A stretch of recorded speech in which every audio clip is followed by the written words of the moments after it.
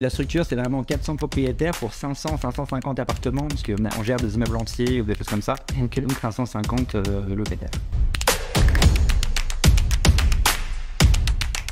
Sélectionner le locataire, c'est vraiment la phase la plus importante.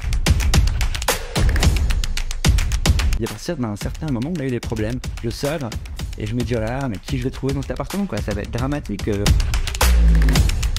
La première chose, je pense, à faire, c'est déjà de...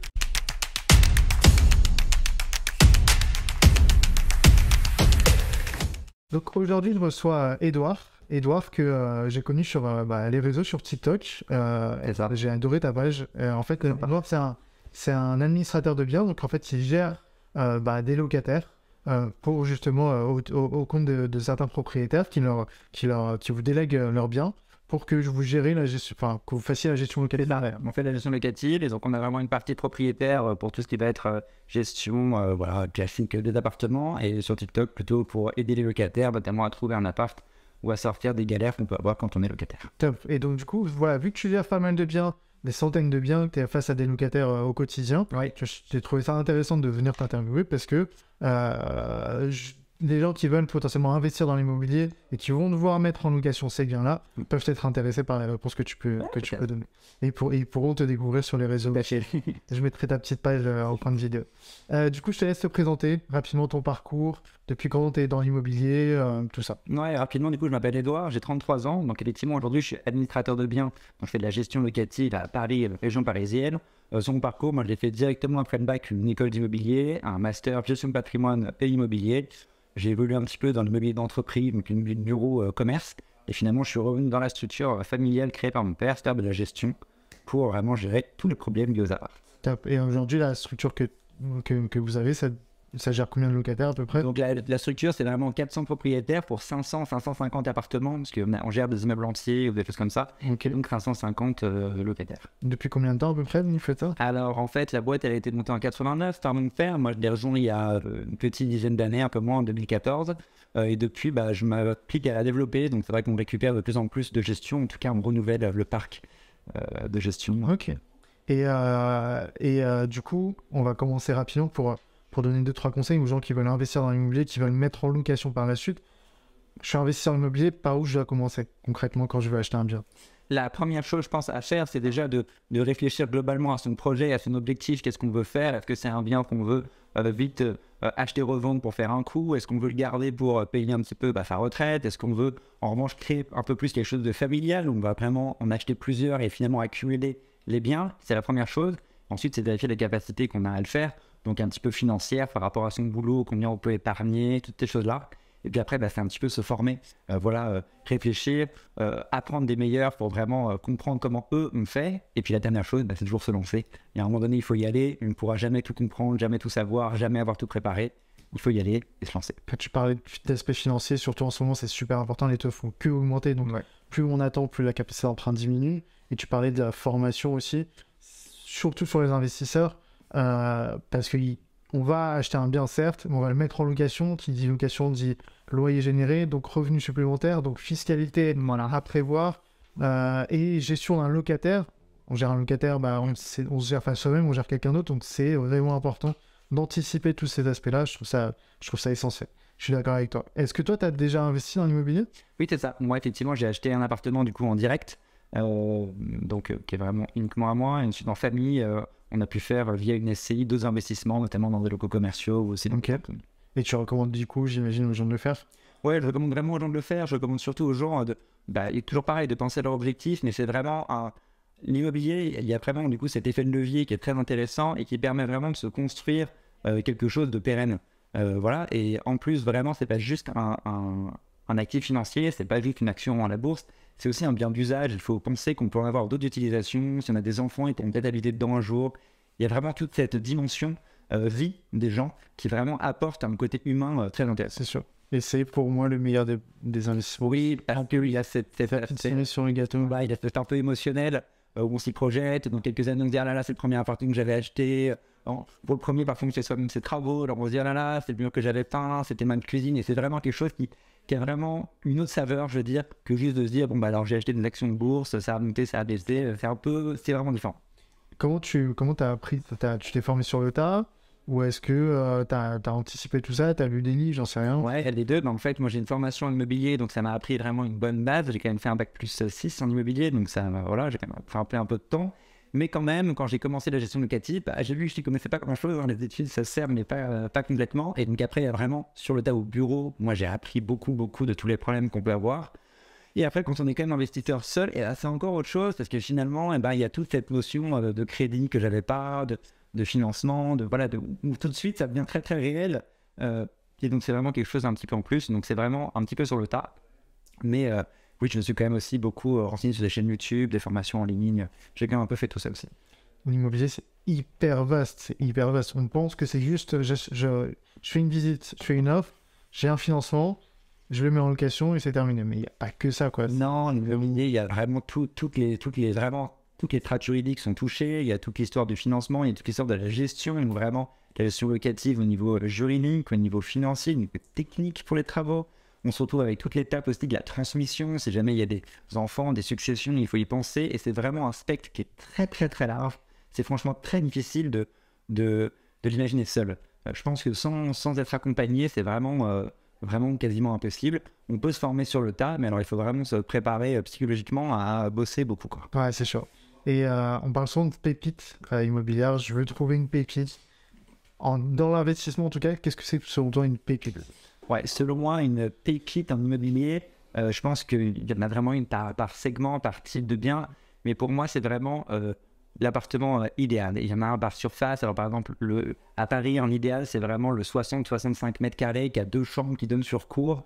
C'est vraiment un idéal parce que c'est vraiment introuvable. Donc, voilà, s'il est en étage élevé, lumineux, avec un petit balcon, 2 chambres sur cour, c'est vraiment une pépite. Il y en a plus bas, vraiment sur entre 38 et 42 mètres carrés, 2 pièces. Pareil, c'est vraiment des pépites, des biens où on se dit c'est vraiment la surface idéale, c'est pas trop petit, c'est pas trop grand, on peut y vivre à deux avant d'avoir un enfant, on peut s'y projeter un petit peu longtemps. Et puis sur les petites surfaces, il y en a d'autres, c'est vraiment alors un peu plus les 18 mètres carrés qui sont en étage élevé et lumineux, pas les rez-de-chaussée bien sûr, mais vraiment ceux qui sont hauts, on s'y sent bien, ils sont vraiment bien équipés, on peut avoir tous les équipements, machine à laver, vraiment toute la cuisine équipée. C'est vraiment des pépites parce qu'on se dit cet appartement, si j'étais étudiant, je rentre dedans à 18 ans, j'en sors à 27, quoi. Rez-de-chaussée, on n'aime pas trop. Non, on n'aime pas trop les rez-de-chaussée. Les rez-de-chaussée, ils sont vraiment compliqués parce qu'ils sont sombres, les gens veulent pas trop y habiter. On a encore plus de problèmes aujourd'hui avec les performances énergétiques. Au niveau des DPE, on a souvent des mauvaises notes quand on est sur vraiment du rez-de-chaussée, où il n'y a pas de cave, en tout cas si on est sur voilà, ouais, okay. C'est vraiment assez compliqué, enfin, moi je le vois pas mal dans le métier. Et donc c'est vraiment un sujet à préférer toujours des étages élevés. Il vaut mieux honnêtement que tu aies 6 étages à pied sans ascenseur que d'avoir un rez-de-chaussée. À la revente pareil, tout le monde est prêt à monter 6 étages pour avoir de la lumière, personne n'est prêt à payer juste un tout petit peu moins cher juste pour être dans le noir toute la journée. Luminosité ultra importante. Ouais, luminosité orientation. Ouais, luminosité, orientation hyper importante. Plus la surface est petite, plus c'est vrai. Parce qu'encore, on comprendra que sur un 5 chambres, toutes les chambres ne sont pas bien exposées. On ne comprendra pas que sur un petit studio où on est toute la journée, quand on est étudiant à faire ses études et tout, on ne puisse pas avoir au moins le soleil qui rentre. C'est vraiment quelque chose de primordial, je pense. Toi, tu gères du coup pas mal de locataires. Ouais. T'as cité, surtout à Paris, plafonnement des loyers. On voit de plus en plus de villes qui sont plafonneurs dans les loyers. Paris, t'as Lyon et Villeurbanne. En région parisienne, t'as d'autres villes. T'as Lille. Et de plus en plus... comment tu peux pas déjouer un petit peu ces plafonnements, mais comment tu peux faire en sorte justement d'augmenter ta rentabilité malgré le fait que le loyer soit plafonné? Ouais, mais en fait, il y a 2 types de cas. Soit votre appartement, il est déjà dans l'encadrement, il va déjà être au maximum. Dans ce cas-là, il n'y a pas grand-chose illégal qui vous permette d'aller au-dessus. Vous pouvez mettre un complément de loyer. En réalité, c'est assez encadré. Il faudrait vraiment que vous ayez un bien d'exception. Alors, on a vu sur la Tour Eiffel, je sais pas, une salle de bain en marbre. Enfin, il y a un moment donné où ça commence. Je le garde sûr pour moi, mais sur la Tour Eiffel, je le mets pas en location. C'est un petit peu difficile, c'est vrai. Donc voilà, en plus la mairie de Paris, par exemple, a mis un site qui permet de dénoncer, entre guillemets, les propriétaires par le locataire.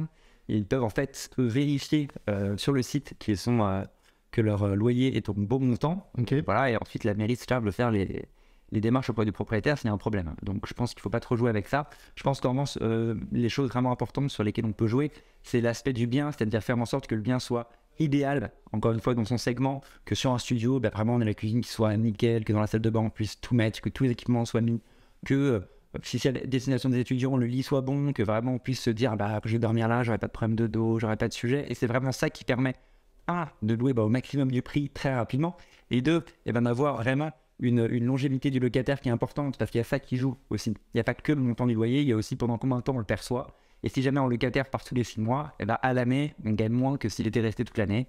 Et donc ça joue vraiment aussi par rapport à ces détails-là. Ça, c'est vraiment sur le plafonnement.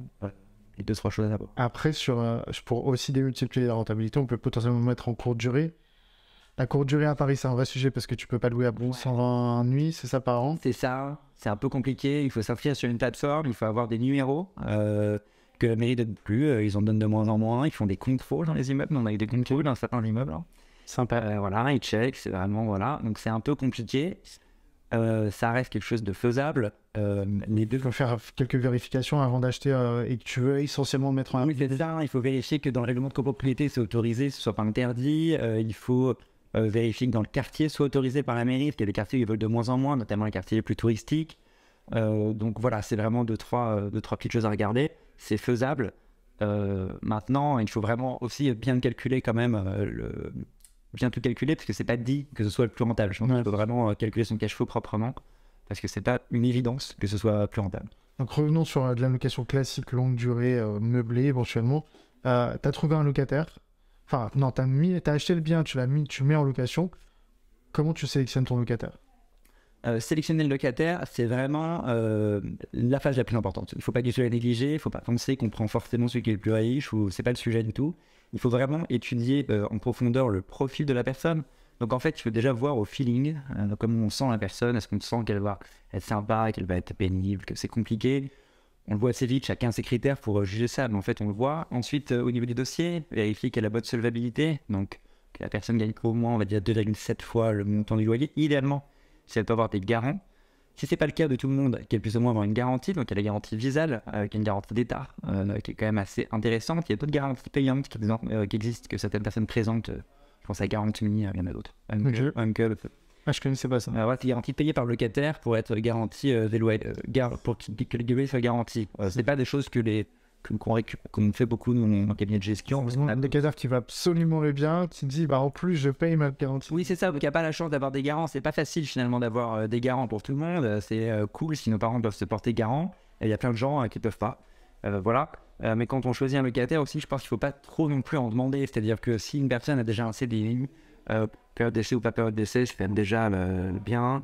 Qu'elle gagne le bon montant du loyer, qu'ensuite elle peut présenter des garants, ok, même s'ils gagnent un petit peu moins de 3 fois eux-mêmes, et ben c'est pas grave, c'est quand même des gens qui font confiance aux locataires. Ça, c'est vraiment quelque chose qui est important. Et donc toi, tu dois faire un locataire via ton agence. Dans quel cas je dois avoir recours à une agence de location? Vraiment, les deux cas qui se démarquent, le premier cas, c'est les personnes qui habitent loin. C'est-à-dire que si on a acheté un appartement et qu'on habite vraiment à l'autre bout de la France, c'est plus facile de le faire gérer par une agence dans le secteur. Parce que dès qu'il y aura un problème, ils pourront être beaucoup plus réactifs, sur place, se déplacer et vraiment limiter la friction qu'il pourrait y avoir du fait qu'on soit loin. C'est encore plus vrai si jamais vous êtes à l'étranger, que vous achetez en France, qu'il y a un problème de décalage horaire ou quoi. Alors là, vraiment, c'est encore plus intéressant. La deuxième personne, c'est vraiment ceux qui sont averses, pas au risque, mais en tout cas averses vraiment au problème, qui ne veulent pas que le locataire leur envoie un mail le dimanche pour dire qu'il y a une fuite d'eau, qui ne veulent pas gérer des problèmes de régularisation des charges, où il y a un conflit, en tout cas toutes ces choses-là, et qui préfèrent que ce soit géré en externe. Ça leur permet d'avoir une sorte de tampon et de dire « Ah bah non, c'est pas moi, voyez l'agence ». Et en fait, vraiment, ça permet d'avoir une distance et de ne pas avoir toutes ces charges mentales finalement de l'immobilier. Et en tarif, ça représente combien à peu près? Je sais que ça varie d'une agence à l'autre. Ça varie d'une agence à une autre. En tout cas, si vous voulez vraiment avoir une gestion complète, on retrouve vraiment à partir de 6% TTC les loyers et charges encaissés tous les mois. Ça, c'est la gestion. Et les garanties des loyers, elles sont facturées un petit peu en plus, notamment entre 2 et 2,5% TTC des loyers. Ça fait un package quand même à 8%, 8,5% TTC, sachant que c'est déductible des revenus fonciers pour les gens qui seront réels. Ok, donc ça a un certain coût, mais ça permet de délaisser pas mal de choses. Oui, c'est juste tout, effectivement, c'est le coût de la charge mentale, en fait. Finalement, c'est le coût de le faire soi-même, parce qu'en fait, sinon, il faut le faire soi-même. Effectivement, on aura une meilleure rentabilité. Effectivement, on pourra aussi aller plus vite sur certains sujets, il ne faut pas se cacher. Peut-être que quand on est seul à le gérer, on va aller un tout petit peu plus vite sur la location, parce qu'on va être vraiment, dès qu'il y a le congé, vite, chercher de nouveaux locataires, ou alors vraiment, voilà, il peut vraiment y avoir un petit gain sur ces choses-là, mais c'est vrai qu'au long cours, le gain n'est pas si grand que ça, parce qu'en fait, tout le reste, tout ce que nous on peut gérer, qui sont vraiment des petits soucis du quotidien, des petites fuites d'eau, des petits problèmes, de la personne qui ne peut pas payer à temps, il faut qu'on relance, qu'on machin, c'est vraiment des choses qu'on n'a pas à faire soi-même, et je pense que sur ce temps-là, on peut faire quelque chose de plus rémunérateur et plus intéressant. L'immobilier, c'est beaucoup de galères au quotidien. Tu as des centaines de locataires à gérer, donc j'imagine que tu dois avoir une petite anecdote à nous raconter. Ouais, la plus impressionnante qu'on ait eue en tout cas, c'était une anecdote. Bon, je vais pas donner le prénom de la personne parce que bon, voilà, faut pas que ce soit comme ça, mais c'était un locataire qui est resté des 18 à ses 38 ans près dans l'appartement. Ok. Il a payé son loyer tous les mois, on n'avait aucun problème, et puis à partir d'un certain moment, on a eu des problèmes. Le syndic nous a appelé, lui-même nous a appelé, la mairie de Paris nous a appelé pour dire que l'appartement était insalubre. Donc on est vraiment un peu tombé de notre chaîne. L'appartement salubre, on n'avait pas eu de problème dans l'appartement avant. Finalement, ils ont fait les travaux, ils ont demandé de faire quelques travaux. Ça s'est fait tant bien que mal, un peu difficile. Locataire qu'on n'arrive pas à joindre, n'arrive pas à aller dans l'appartement. Ça fait tellement longtemps qu'il est là que finalement, on n'a même plus les accès, les codes, on a du mal à les récupérer. Tout commence à être un petit peu compliqué. Et on voit que vraiment, il y a une grosse friction. C'est-à-dire qu'on n'arrive pas à le joindre, on ne peut pas rentrer, les problèmes s'accumulent. Finalement, on se rend compte que c'est ses parents qui payent le loyer depuis le début et pas lui. Ok. Donc on commence à pressentir le problème. Et à ce moment-là, et ben, ce qu'on fait, c'est qu'on appelle les parents et on leur dit écoutez, il y a un vrai sujet, il faut qu'on trouve une solution. Un peu de temps se passe, quelques lettres, voilà, échanger, un peu compliqué. Finalement, on arrive à avoir un rendez-vous dans cet appartement et je m'y rends. Et je me retrouve dans un appartement, c'est compliqué. J'arrive dans l'immeuble, j'arrive à l'étage, je sais pas de quel appartement on parle, mais en ouvrant la porte, et ben à l'odeur, je sais où il faut aller.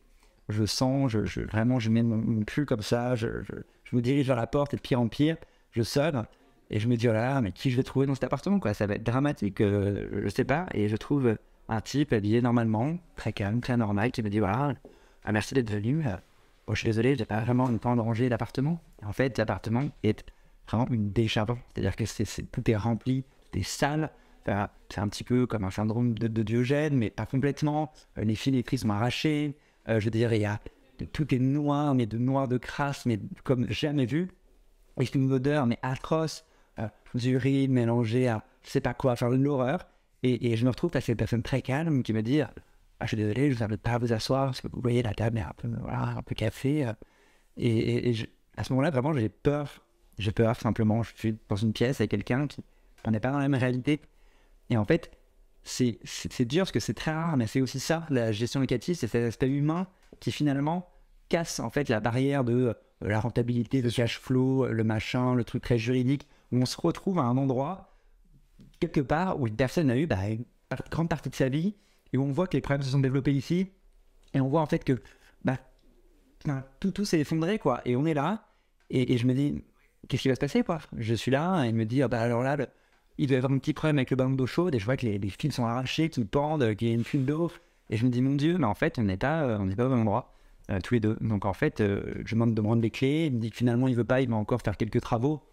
J'ai pas insisté, je suis parti, mais c'est à ce moment-là où aussi on se rend compte qu'il y a une dimension humaine vraiment importante dans le métier, et que parfois on peut voir des choses, franchement, T'as fausse. Enfin, c'est plus ça. ça. J'en ai jamais eu celle-là, ouais.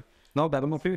C'était vraiment la seule fois. Alors, ça ne revient pas, effectivement. C'est pas des choses qu'on a tous les jours. On a des choses, voilà, on a eu aussi des gens, des choses terribles. Une personne m'appelle, elle me dit que, il y a eu un incendie qui a ravagé son appartement.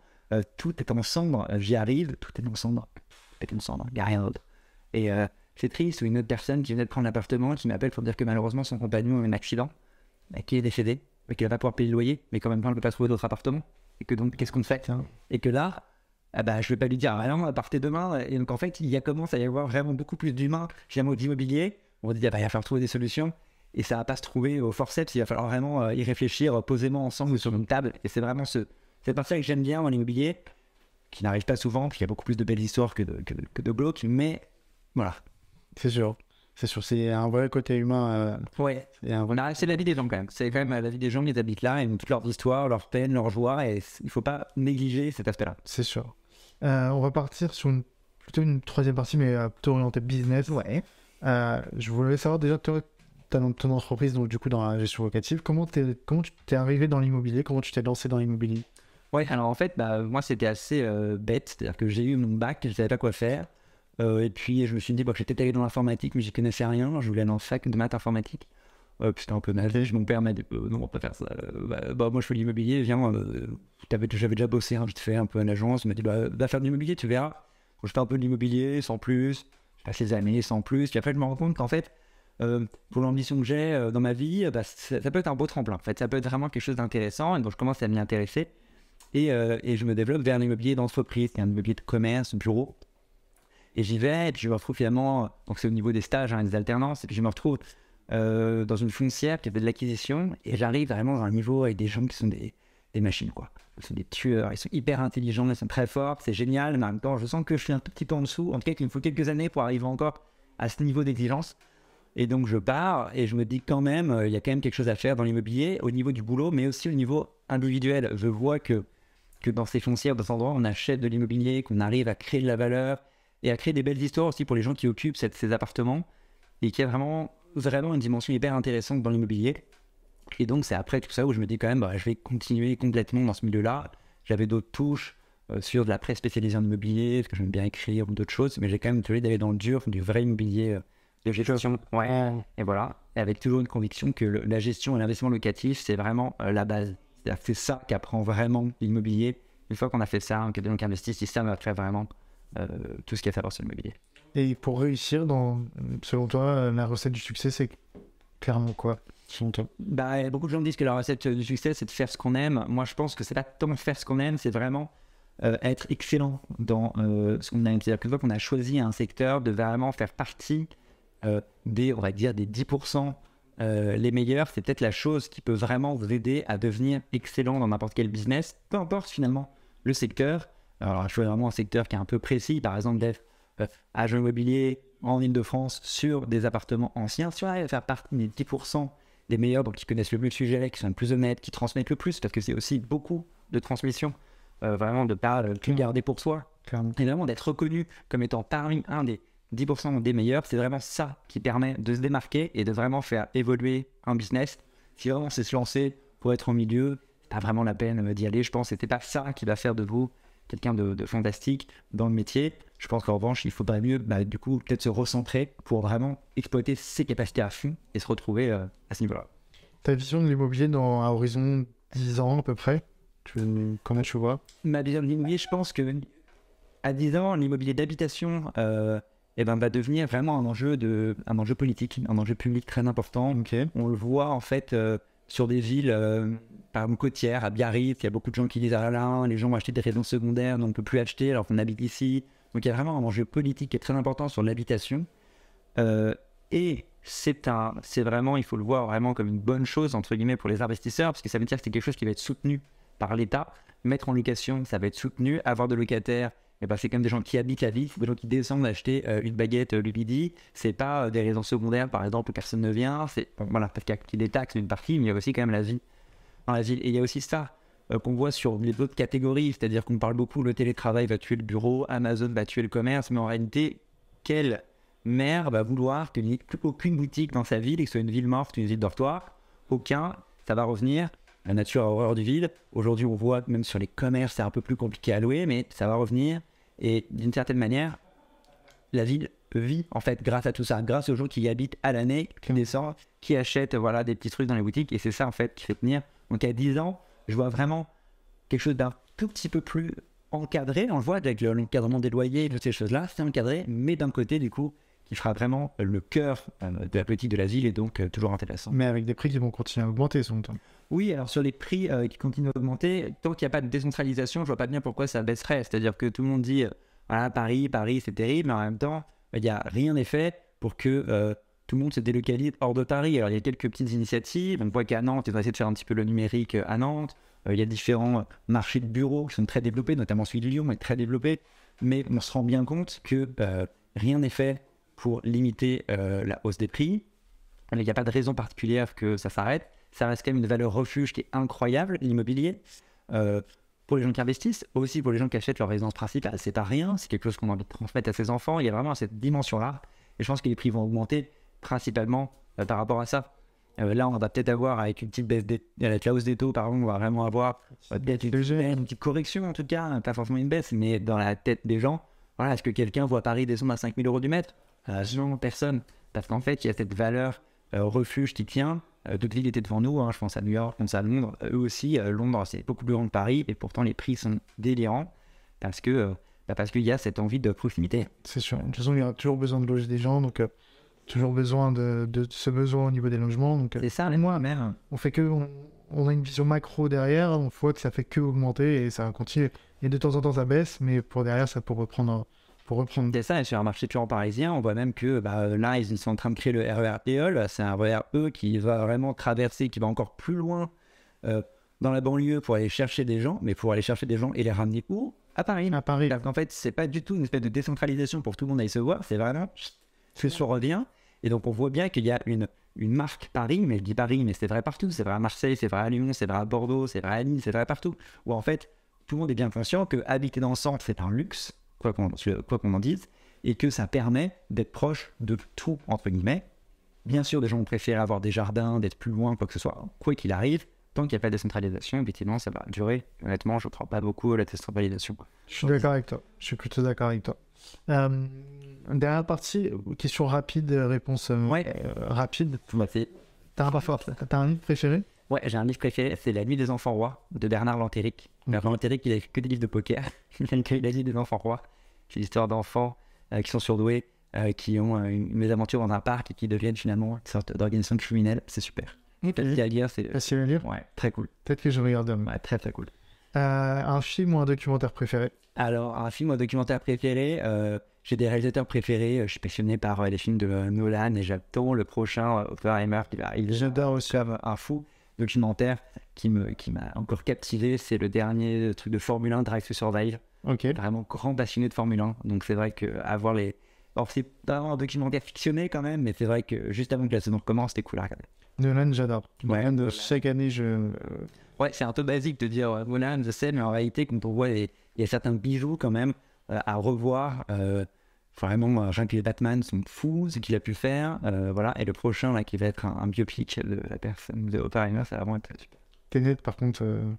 Tenet, par contre, je l'ai plusieurs fois, mais c'était un peu difficile. Ouais, très compliqué. Un peu difficile, mais à bout de la 5e, 6e revisionnage, ça allait. Quelqu'un qui t'inspire? Quelqu'un qui m'inspire, c'est dur, parce qu'il y a beaucoup de personnes qui m'inspirent. Je suis très impressionné par les personnes jeunes qui réussissent. Je suis impressionné par exemple, Lena Situation, qui avait commencé par faire des blogs sur YouTube, qui se retrouve à être une icône de la jeunesse, qui se retrouve dans les Fashion Week dernièrement. Certaines personnes vont dire que c'est facile. C'est pas facile. Voilà, moi j'ai grandi youtuberisé, j'ai pas pris de caméra. Hein, donc voilà, il y en a qui m'ont pris, il y en a qui ont réussi, il y en a qui ont réussi à monter à des niveaux qui sont impressionnants. Je pense que c'est comparable à des situations, à des joueurs comme des footballeurs, comme des Kylian Mbappé qui se retrouvent à être le meilleur du monde. C'est pas par hasard. Mais c'est chaud. C'est pas par hasard. Donc il y a vraiment toute cette jeune génération, je trouve, qui vraiment apporte un souffle nouveau, où tout le monde se dit, il va passer de nouveau, et en fait, il se passe des trucs de nouveau. Ouais, c'est sûr. Le travail, au final, on voit pas derrière le travail qu'il y a, mais ça arrive jamais par hasard. C'est ça, mais toi comme moi, tu fais des vidéos, et même si on a l'impression que c'est facile, on est là, on tourne, on publie, c'est pas la vérité. La vérité, c'est qu'il y a plusieurs prises, c'est que c'est compliqué, c'est que c'est du montage pendant des heures, c'est qu'on poste et que ça flop, et que c'est compliqué, et qu'il faut recommencer, et en fait, c'est quelque chose où à la fin... Voilà, et c'était juste, je sais que c'est un peu long comme réponse, mais c'était Ken Kojandi, l'humoriste, qui avait dit une phrase, il faut 10 ans pour être connu du jour au lendemain. Et je pense que mais je m'ai connu demain. C'est vrai, ça représente bien. Question pas compliquée, mais si tu pouvais dîner, avoir un dîner avec n'importe qui dans le monde, mort ou vivant, tu lui poserais une question... Eh ben, c'est hyper dur. C'est hyper dur parce que il y a plein d'entrepreneurs, des gens qui ont fait des carrières de dingue, des gars qui ont eu des visionnaires comme des Steve Jobs, des trucs. Et en vrai, c'était juste pour un dîner. Je pense que la personne avec qui j'aimerais vraiment être, honnêtement, ça doit être Steven Spielberg. Okay. Je pense que c'est quelqu'un qui a des anecdotes de folie. Je pense que pareil, c'est quelqu'un qui a réussi. Et pourtant, c'est pas les réussites auxquelles on pense tout de suite. Les réalisateurs, alors effectivement, il est très connu, mais on n'a pas l'impression qu'il a eu une aussi belle carrière qu'un Steve Jobs, alors qu'en réalité, c'est fou. Et j'aimerais énormément avoir tous ces trucs, comment ça s'est passé, toutes les années, comment on est passé le numérique, comment... Pas mal. Le meilleur conseil business que toi, tu puisses donner? Le meilleur conseil business que moi, je puisse donner, Bah, c'est pas facile à faire parce qu'en réalité, j'ai pas une carrière si longue que ça pour me permettre de donner des conseils business. Moi, je pense que c'est un bien ce que je disais au début. En réalité, moi, je pense que le meilleur conseil business que je peux donner, c'est de choisir quelque chose qu'on aime, dans lequel on sait qu'on est bon. Pas forcément quelque chose qu'on aime particulièrement, mais dans quelque chose, on sait qu'on est bon et on sait qu'on a une capacité à faire. Moi, j'ai choisi la gestion parce que je sais que j'ai une capacité à apprendre et à me tanker des technologies monstrueux et à les lire et à les apprendre parce que j'aime bien. Et je sais que ça va me rendre doué dans le métier. Et ça peut être autre chose. Si on sait qu'on sait très bien parler aux gens et raconter, il faut peut-être être commercial et vraiment faire ça. Mais je pense qu'il faut vraiment prendre le temps de choisir ce dans quoi on est bon et l'appliquer après au secteur qu'on aime. Mais d'abord, choisir ce dans quoi on est bon. Je suis d'accord. Bah, écoute, merci beaucoup pour toutes ces réponses. Ça a été un plaisir. J'ai une dernière question pour la prochaine interview. Qui est-ce que je devrais aller interviewer? Écoute, moi je pense à 2 personnes. Je peux donner 2 personnes, je préfère une personne. 2 personnes. 2 personnes. J'ai un ami qui est gestionnaire de patrimoine, alors pour le coup à Toulouse, il vient souvent à Paris, qui est excellent sur les questions immobilières, de SCPI ou quoi, et en tout cas qui pourrait vraiment être intéressant. Et sinon, je connais aussi quelqu'un qui fait, elle, de la recherche, donc elle est chasseur. Elle est chasseur, effectivement, chasseur immobilier à Paris. Et je pense que c'est un métier qui est méconnu. Et je pense que c'est quelque chose qui mériterait d'être un peu plus connu, peut-être. Ok, mais écoute, avec plaisir, tu me donneras le contact. Je donne les contacts, on pourra les taguer, et comme ça, je leur dirai de venir te voir. Merci beaucoup, Edouard. Je vais laisser tes coordonnées, etc. sur la vidéo. Comme ça, derrière, si on veut faire appel à de la gestion locative. Écoute, avec plaisir. Je vous recommande fortement et à très vite. Écoute, merci beaucoup. Merci beaucoup.